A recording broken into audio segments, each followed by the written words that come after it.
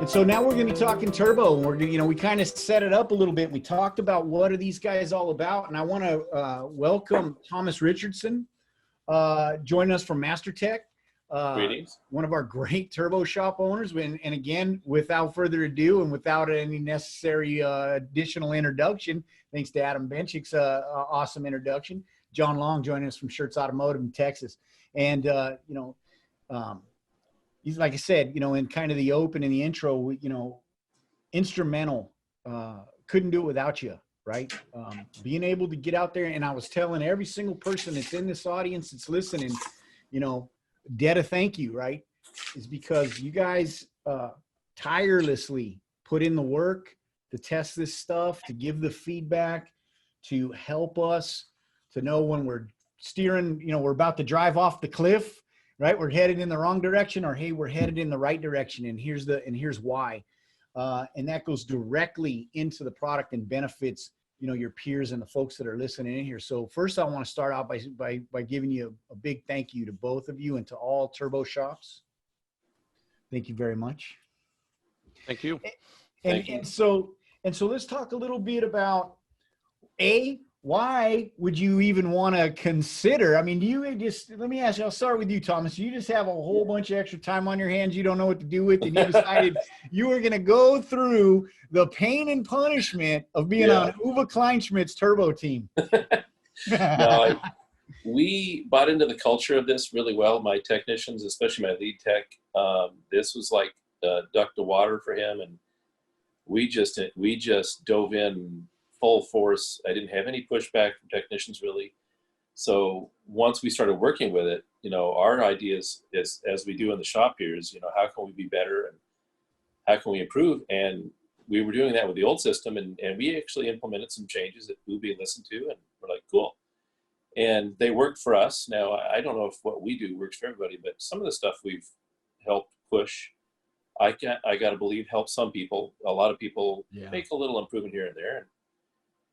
So the natural progression of that was knowing they were coming out with the X, we were excited to do that again and just be really involved. And the first week we got X up, I know you guys want it, but we tore you guys up. I mean, we were, shooting you guys all kinds of info, good, bad, indifferent. I didn't care. If I saw something that I wasn't sure about, I'd start a chat or I'd start a trouble ticket and kick it through, and you guys listened. That's one of the neat things I've seen with Carlo and the guys. Yeah. They really listen. They respond. I've seen real changes, very quick changes a lot of times. Sometimes the changes are slower because of lots of thought and coding needs to go into it, but been very impressed. Yeah. And in a couple instances, I mean, we missed the mark. I mean, we just missed stuff, and then we had to get in there and add it back in, and that takes some development time. John, same question to you, buddy. I mean, what made you decide to get involved in this, turbo group and this chaos and, I've been certified as crazy. So that's probably the biggest thing. A long time ago. Yes, sure. Exactly. No, in all seriousness, the biggest for me is I love technology, and I want to see it move forward, and I want to help develop it. So that was the biggest reason for me. And, maybe, just like Thomas said, maybe something that we do will help others. Maybe some of our processes will help others. So for me, it's about trying to make sure that, I'm getting what I want out of it as well. And that's the biggest way to help and make sure what you want out of the system is become a turbo shop, because you got a lot more input. You're front and center to them, and then you can explain why you want something, and you get something done pretty quick. There's, just like Thomas, that first week I was on, I know I was blowing people up. I was not nice and I was not friendly about it. And then, just like you said, Tom, there's some features that you guys missed the boat on. I let you guys know about it for sure. And that's exactly what we need, right? And that's 100%. If it wasn't that way, we'd be failing, right? And that's just, there's no other way to cut that. And so, and yes, we have to, because also, you guys have to understand, these guys are beta in this stuff. They're testing this stuff in their operation. It's not like they're doing it after, in the closet when they get home from work and, whatever. I mean, they're putting this stuff in operation, and it can't blow the shop up, right? It's gotta have We had one day like functionality that. Yeah. or we have to be able to switch it off, and get back to, and so these are all things that we have to take into consideration. And it's the dedication and the effort that they're putting in and willing to put their shops and their reputations and their businesses out there, partnering with us to bring these things to you. And I know that there's a lot of folks out there that have heard about TVPX and have heard about X, and, maybe they're getting a little sneak peek of it right now in Uva's breakout. But that's the other part of it, right? Is that not only do you get to see this stuff and get your hands on it early, you actually get to help design the functionality and how it works. What do you guys think about TVPX? Thomas, let's start with you, buddy. Yeah. Well, overall view, there's sort of a warm blanket going on. We still have a lot of the same features. They're still there. And so when you jump into it, you're going to be able to do all the things you did before, but it's sort of bigger, better, stronger, faster. There's better access to them. One of the biggest changes was going from as you guys remember, the horizontal tiling on the tablet to the vertical tiling. To me, was functionally a great change where the guys can naturally just navigate their system, and it's just friendlier. It's quicker. Little changes like that make a big difference. So it's all there, but there's a lot of color, a lot of boxes, a lot of modern look that I think make the intuitive navigation easier, which is to us, that means speed, compliance, things like that. Yes. So overall, it's just a nice upgrade. Everything they've done, you can see they thought through a lot of stuff. There's some stuff I need that we do special that's a little weird, so I'm not going to hit Ubi too hard about that. But we're real pleased with it. The inspection for the service writer is busier than the old one. Mm-hmm. You have more functionality, but it's going to take even a little bit longer per RO, I believe, to get these inspections done. But that's the heart of what this system does, connecting to the customer correctly. And this is why we do it. We connect with the customers with these inspection reports and these work orders, and these customers that we talk to just love it. They actually called me back, and say, are you gonna do that inspection again? That was great. That's why I come to you. Things like that. So the payoff is what you have to understand. It's a good bit of effort to do the service writing on this, and I think some service writers might not do it even. It's so different, but the ones that buy into it, it's massively successful. Yeah, and that's a great point, and it's up to us to make sure that we,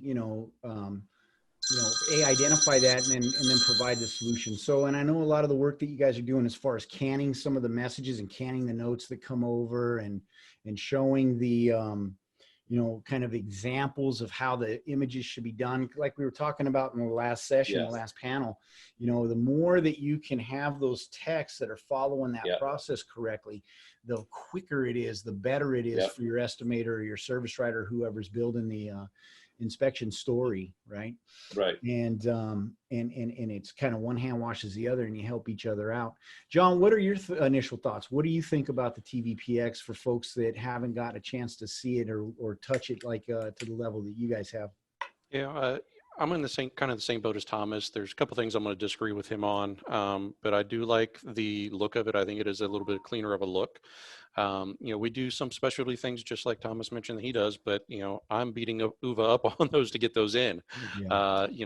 We have an estimator / production manager, and Mhm. I'm beating up Uva to make sure those features get built in that we need so we can still maintain our same process that we had. Because we did lose some processes or have to change processes, when we went to X, and we had to do some of that on the fly just to try and maintain our daily, I guess, regimen on it. So it's, I'm still beating up Uva on that. The other place where I think I would disagree is in the inspection. I think it's actually going to save time overall once the service advisor and the estimator production manager learn it. I think it's actually going to be a little bit quicker in editing those inspections overall. And the main thing is because in the picture editor, say if you have a picture of a, fluid tray, and then you go to your brake fluid and you got a picture of your test strip and they marked it good, and you can really see it's bad. Right there in the image editor, you can actually change the condition to bad, and you can change the action to bad instead of going back out and then trying to find that topic, in the inspection and changing it. So you can do that all right there real quick. And I think that's where it's going to save some time on that. But I like the way it's going. It still needs a little bit of work. I'm not going to lie. I'm not going to sugarcoat that. We still got a little bit of work to go, I think, before it's ready to go live, in my opinion. Yeah. Yep. Good. Yeah. And that's exactly what we're doing. I mean, we've already pushed back the release because of the feedback and because of, that experience. And yeah, we're not going to release anything that's half done. We're going to make sure that it's right. And, and we're going to, if it passes the John Long test and the Thomas Richardson test and the Sarah Savio test and all the other turbo shops out there, well, then we're ready to go. And matter of fact, Uwe told me that directly. He says he's not going to put nothing out until he has a consensus of the turbo shops that it's ready for prime time. So I mean, again, instrumental. It's just in us being able to, because, hey, this is a big, significant change, and we could really just shoot ourselves in the foot by trying to rush or trying to get something out there that hasn't been vetted to the level you guys are putting it through. So, can't thank you enough. When you're thinking about some of let's talk about some, because a lot of folks don't even get the, they don't follow the turbo group. They don't really get that behind the scenes. What are some of the kind of features that were proposed or, people wanted in or maybe were in, but then got tossed out because of some of the work and some of the conversations that you guys have been having in the back end? Is there anything that sticks out? There's nothing that sticks out for me, and mainly because I kind of came into it late in the game. I've only been on, TVPX now for probably about 4 weeks. So I wasn't sure of what was proposed beforehand and didn't make it in. All I know is what I've been hammering for that's not in at this time, that needs to be in, some of the things that we lost, but I know they're working diligently and they're working hard on putting those things in. That is for sure. So, I'm not trying to discount that fact. They are working hard to get that stuff done. So I wasn't privy to beforehand. I know once I came back from the Digital Shop Conference in January, we went on, TVPX for a day. Actually, not even a day. It was about a half a day. I remember. Yep. And we couldn't survive on it. And I think a lot of those issues were on our end. We needed to do some upgrading on our end as well. So then, I went back off of it for a month.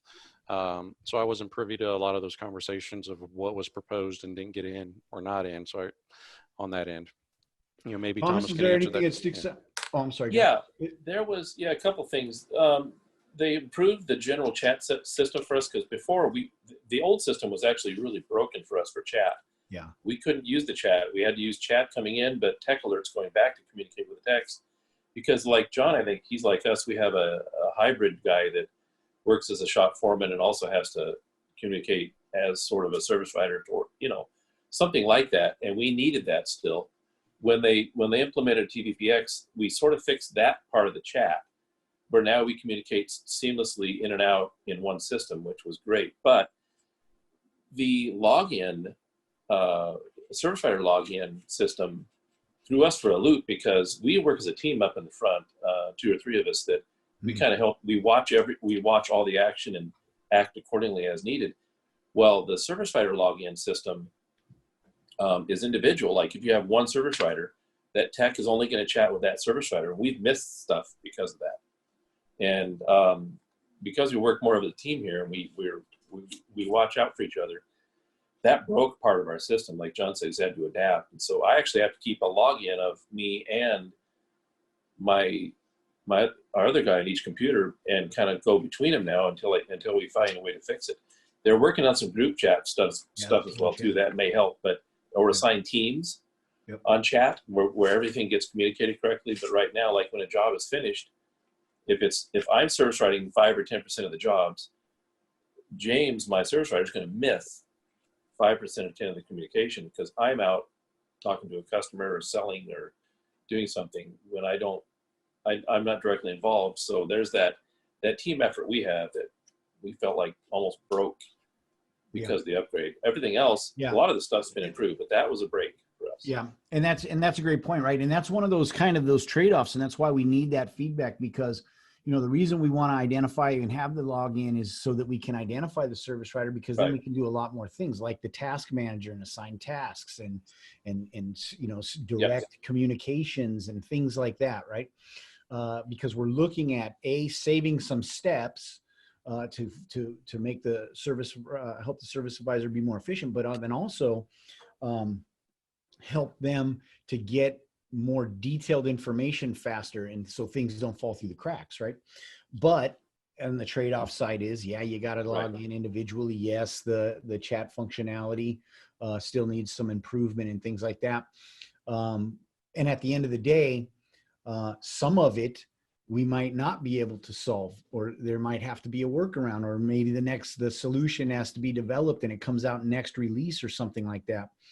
And so that's where it becomes, instrumental in your input, Thomas, and everybody else, is to be able to say, well, no, this isn't functional, or here I can get by doing it this way, like you're saying, keeping the second login handy and ready to go.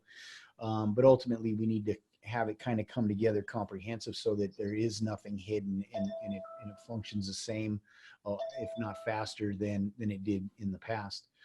It seems like when anything breaks, it's the chat, it's the communication systems that need the most work.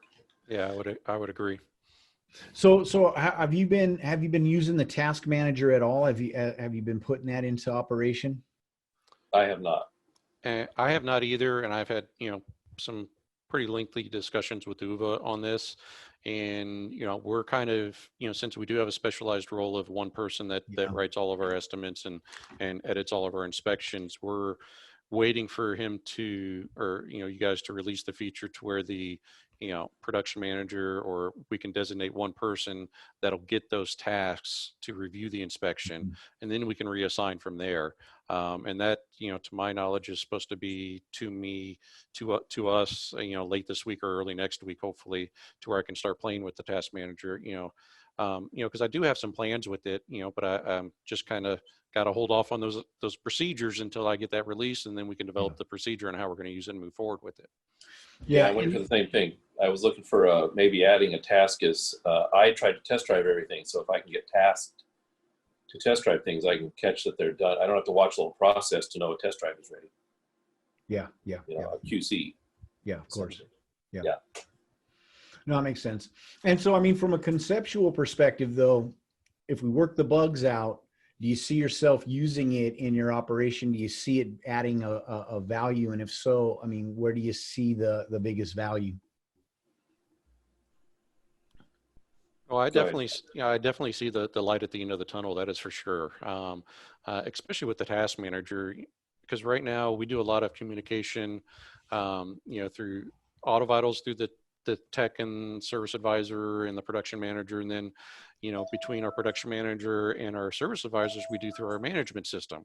Mm-hmm. It would be nice to have it all in one. Yeah. And I know we can go to that in AutoVitals to where we just have one communication center. I know there's other shops out there that use, Google Chat, our Google Hangouts to communicate too. I see the light at the end of the tunnel to be able to use just one avenue to chat between everybody in the shop, and to assign tasks to that once we get there. And we're pretty close on that.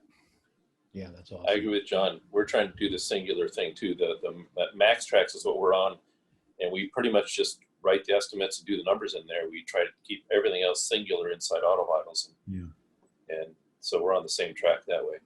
Yeah.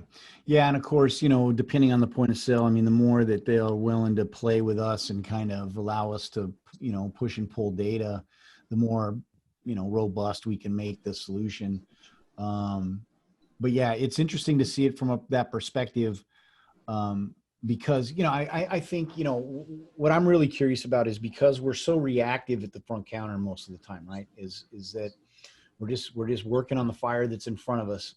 And you know, so the concept of even having kind of scheduled tasks. Yeah. Yeah. Okay. I mean, yeah, I know I need to call this person back, or I know I need to finish this inspection result or send this out or do whatever. But as far as like thinking that I'm even going to have a list and I'm going to take the time to see where I'm at and I'm going to check stuff off. And so I think it's really interesting the way we've presented it to where we automate a lot of that task assignment. I think the placement of it so that it stays top of mind and it's a quick reference on what I need to do to keep me on track so that I'm not letting anything fall through the cracks. But at the same time, it doesn't take the management of creating and marking and moving and updating. A lot of these things are done automatically when I complete the task at hand. It automatically completes and leaves my list of things to do, and it's real simple to reprioritize and reassign. Yeah, since you bring that up, Tom, there's one feature that I really love that's coming out, or that's with the TVPX, is when you do get the task to edit the inspection or review the inspection, all you do is have to click on the link, and by clicking on that link, that opens up the inspection, and it goes automatically to the image editor. Yeah. And it also automatically moves the vehicle tile from your waiting to inspect over to a creating estimate phase. Yeah. There's two things that it does with one button click that you needed 3 or 4 before to do. So, I mean, those little itty bitty tidbits are going to save a little bit of time on it. Yeah. And the worst part is a lot of shops weren't even doing them. Right? They didn't move it over. They Exactly. edit the picture because extra button steps and busy and all that. And so really, yes, it's a fantastic tool from an efficiency perspective, but I want to see if it actually increases adoption of those best practices along with it, because it is more efficient now. It's critical. And, I again, just a huge thank you for, your honest, opinions there and testing those things and giving that feedback to make sure that, you keep us honest, right? And we're not just pushing stuff out there that just looks flashy, but isn't really going to get anything done for us. Well, let me ask you this. What would you say is the thing about the new development stuff that you guys have been working on that you're most excited about? Do you think it's going to have the biggest impact in your business? You're going to take it to the bank right away? For me, I can see that. Oh, go ahead, Thomas. Yeah, it's hard for me to say because we were so successful with the sending out inspection reports and connecting that was a solve for us. That was a massive, ARO increase and stuff. So yeah, I think maybe solving the chat and solving the communication, at least to some extent now, and I think going forward even more, where the communication and the standard operating procedures we use and the practices we use, which were very much process oriented here, which helps a ton. That maybe is the most exciting, where we can really get the communication so that nothing gets missed, and we hold each other accountable, but nothing gets missed. And then, are you still having a lot of guys? So are they still back and forth from the base to the counter? Because the not so much. We've actually, even before TVPX, we really worked hard at solving that, keeping that, to a minimum, and just such massive buy-in from my techs too that helped us get a new culture going fairly quickly, that that we just want to keep improving it. Yeah. No, that's awesome. That's pretty much exactly what I was going to say. That's what I'm really looking forward to, is the chat and the task manager, to be able to handle everything within one system, and have it nice and clean, instead of trying to go back and forth between two different systems. And, oh, did I send them a message through here, or did I send them a message through the other system? Did I send it, or did they even get it? And that's the big thing, is did they even get the message? Because now with the new chat and the new task manager, if they got the message, and if they read it. So that to me is a big key. So I'm not, we're not thinking, did they get it? Do I need to send another message? Well, let me send another message because I'm not sure if they got it. And then you're even inundating them more because you keep sending them messages. And the texts are the same way. I had a tech come up to me the other day, and he said, I love how I can see that you got my message and you saw it, so I don't have to keep sending you messages. Yep. Out of mind, right? Now I'm just waiting for the response. I don't have to spin around and figure out where you're at, and are you doing it? Are you at the monitor? Maybe you didn't see it. Exactly. You know? One of the biggest problems I found with this is that we have so much digital interaction with the shop that I've actually had to intentionally have my service writer or people actually, sometimes I've had to tell my service writer, go talk to him in person. This is too important. You've got to get this deep. You can't figure this out with, chat and digital pictures and stuff. Go talk to him. So we've almost gone too far with the digital to the point where it's like, no, this one you need to go look in his eyes and talk to him in person. I highly agree with like that. that, We're the buddy. same. Yeah, we're the same way. There's times where, you have to go out there and talk to them face to face Yep. to get a better picture and a better understanding of what's going on. It's cut down quite a bit of it, but there are times where it is very important to go out there and have that communication still. That becomes a decision-making process at that point. When Exactly. do you go out? Yeah.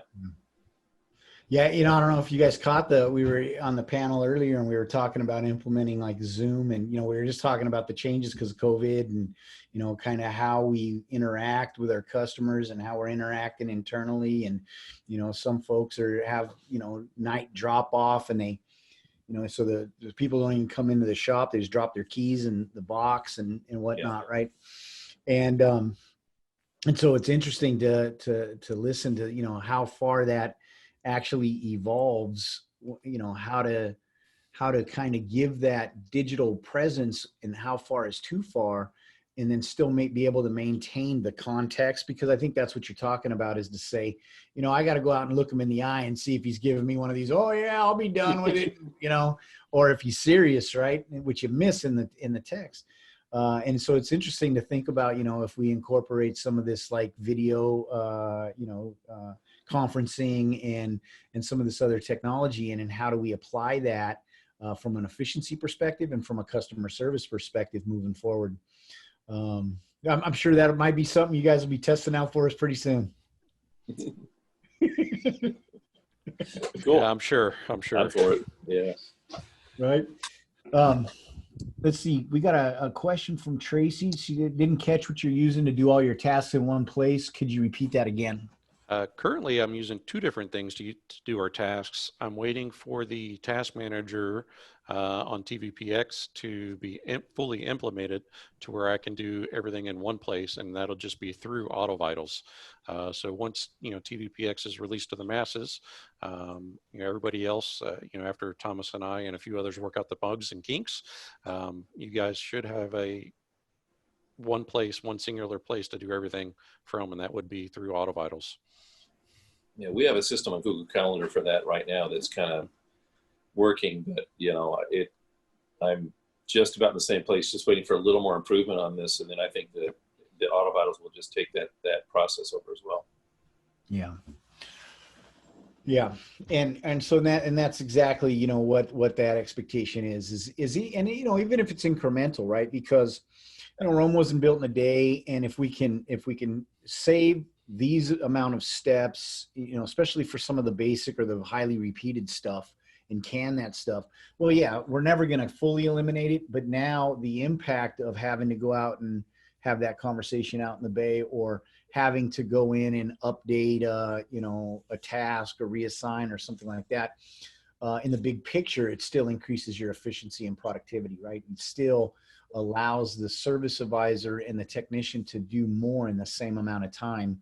And it gives us a great bit of information and results that we can analyze and think, how can we improve? And then we go for round two, right? We just, version 2 comes out and we iterate and we continue to improve through that feedback that you're giving us as you actually get out there and use it. And so, yeah, Tracy, there's some pretty, and I don't know if you've been in with Uva's in his breakout, but they're kind of showing some of that stuff live, in screenshots and stuff like that, where you can see some of the task manager stuff and the new picture editor tools and a lot of the stuff that's really going to benefit you at the front counter and get your service advisor hopefully more efficient and productive, and also actually adopting the best practices because they become more intuitive with the feedback. I mean, as you've been following Thomas and John, they're just not, leaning back and saying, hey, that's great. They're out there cracking the whip to make sure that we're producing and and developing a product that's going to work not just for them, but for you as well. And, you know, huge shout out to Uva, to the engineer team, to Carlo, to Bill, right? That are in there kind of facilitating that information also and getting it, because like what Thomas was saying, I mean, sometimes these guys give feedback, and I mean, I'm not too involved other than from, you know, I get a lot of the notifications, and man, all of a sudden it's a Saturday night and they're flying emails back and forth and they're testing something Sunday morning. It's incredible. It's incredible, you know, how high speed we've been able to be. So let me ask you this, Thomas, what do you think you would like to see? What's the next kind of wish list solution that you might have, that you might be pushing through consideration through the Turbo Group? Well, I keep going back to it because it's where we're living now with doing this. A lot of the stuff that works well, but getting some team chat or some group chatting and just expanding the chat system or the communication system and tooling of that somehow. We need to get around our little service writer glitch somehow. Those are my big ones. I'm really pleased with the rest of the functionality of it. A lot of ways. There's just these points that I think the points that are sticking out now. Maybe John agrees that some of the things we're seeing now, we've been working it for a few weeks, us a little longer, but not much, 2 or 3 months. They really stick out now, though. Yeah. You know, they're sticking out further because we kind of solved some of the smaller stuff. Like even we use the on the inspection, right next to the inspection, there's a little copy button there now, because we actually copy the inspection bit.ly link right into our work order on every RO, so we can quickly access, and the customer can have access to it. Little tricks like that. Well, they didn't have that at first, and Ubi said, hey, put it in there, and it's there now. It's just a little copy link, but we use that on every RO. And it was there in the old system. So those are the little things. Now I think we're fighting with some of the more bigger scale things that they really have to think a little more about. What do you think, John? Yeah, you know, as far as TVPX, I know they're almost tapped out on, you know, big stuff going in there. You know, the next big thing for me that I've been pushing for well over a year, and I know it was agreed to it, is dependent CAN jobs, to where, you know, if your technician chooses to replace a tie rod end, it'll automatically put an alignment on there as well. That way, when we import the ticket in, it'll import, you know, the alignment with the tie rod in, so then we're not forgetting to do an alignment. You know, little things like that. You know, that's the biggest thing that I'm gonna, you know, push for as soon as TVPX is released. But, you know, like Thomas said, you know, a lot of the little things have been addressed. One other little thing that just got addressed was the technician hours. I use that pretty religiously to look and see where my techs are at. You know, how many hours have they done for the day, and how many hours, you know, do they still have assigned? That just got fixed this morning. So I'm pretty happy with that. I haven't looked at that yet. I need to look at that. Yeah, that just got fixed this morning. I started ignoring it for a while. Well, I did the same thing too, but I kept pushing to say, hey, I need this fixed. This is a big part of our process, so we know when we're going to need more work for the techs. So yeah, like I said, that just got pushed through. But, you know, like I said, for me, the dependent CAN jobs is the biggest thing that I want to see next after this release. Yeah. The second level of that was, and I quit talking to Carlo and Ubi about it a year ago, but I don't have any good process to order parts. I don't want my guys going to MaxTrax, but neither does AutoVital. So we had to develop a character system that we put below the shop tech notes that tell me what parts they need, and even some further work on an order, you know, like more time for a job or something that needs to be done.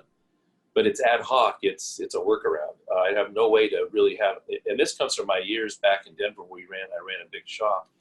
We had a parts counter. We had a parts guy, and we had a book, and the technician filled out a parts request, literally. Double copy, turned it in, you know, and then if we could hold people accountable for what they ordered, we could make sure they got ordered right, you know, the process started. I've never had that good feeling about that ever since then, including with this system. I can't fix it unless we get a, you know, order parts page or something in AutoVitals, except for our workaround. Yeah, no, that's a great point, right? And that's, and that affects everybody. And that's been something that's been probably ongoing for quite some time. And part of that too is just your core management as well, and making sure that the cores are returned and that they're credited, and all of that other kind of stuff that goes along with Yeah. parts management and inventory. Um, well, that's interesting because yeah, there is a lot of digital solutions. I'm sure that you probably have great ideas around, and that you could see, and then really be able to hand that stuff off to the engineers to figure out how to make the software do it so that it's something that you would use, something that's effective, and gets the job done.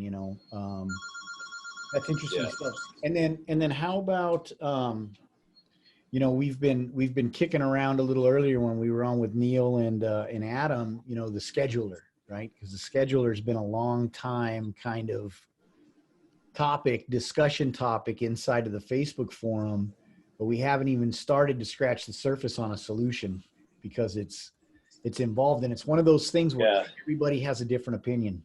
Definitely not top of mind for me. We schedule into Max Tracks, and it becomes an event, and then it kicks right into Auto Vitals as an appointment for the day. And when we turn it from appointment to work not started, it turns into a waiting for inspection.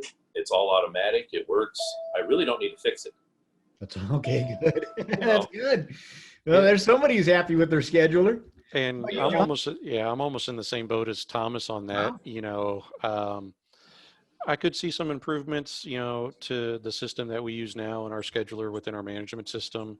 But, I use TechView religiously, and use that almost as our scheduler. Yeah. And Yeah. I've developed a process to where, that works very, very, very well for us. And it may not work for other people, and I know it doesn't, and that's why they're trying to push for a scheduler. But I've made TechView work for us. Yeah, because here's the thing with the tech view, and a lot of people don't know this or they don't apply it this way.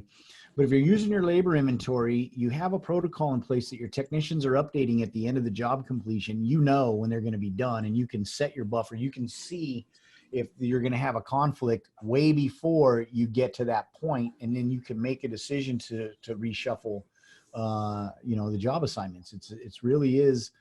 I don't want to say it's as simple as that. It's as simple as that, right? It takes some process. It takes some change of habits. It takes some setup. It takes some training. But if you get it done, and if you develop that process in those habits, it's highly effective. I mean, you're going to be right more often than you're wrong. Put it that way. I agree. Like I said, we've just made it work for us. So like I said, scheduler is top of mind for us. Just like Thomas said, it's not, not for him either. But I know there's some people out there that are pushing for it. And that's a good thing about Auto Vitals is that you can still use it to suit your shop and suit your needs. Yeah. There's still a lot of options within it and a lot of different ways to use the system.